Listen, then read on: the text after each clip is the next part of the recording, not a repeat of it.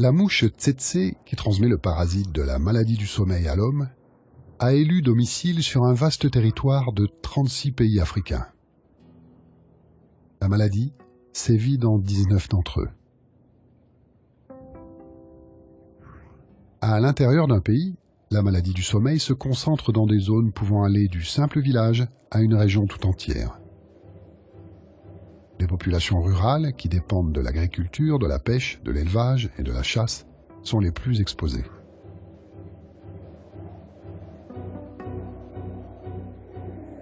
« 80% des malades vivent en République démocratique du Congo. La République centrafricaine, le Congo-Brazzaville, le Tchad, le Soudan du Sud, l'Angola, l'Ouganda, le Gabon, la Guinée et la Guinée équatoriale font aussi partie des pays les plus touchés. On peut y voir l'influence des conflits qui désorganisent les systèmes de santé et poussent les populations à se déplacer.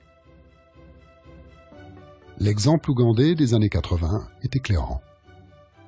La guerre civile ougandaise pousse la population du nord-ouest du pays à se réfugier dans l'actuel Soudan du Sud, où la maladie du sommeil est présente depuis toujours. En Ouganda, sur les terres laissées en friche, la mouche tsetse prolifère.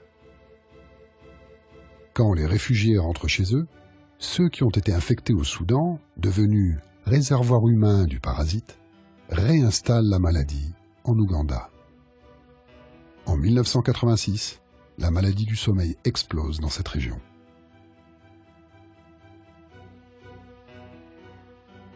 En 2009, pour la première fois depuis un demi-siècle, on a signalé moins de 10 000 cas de la maladie.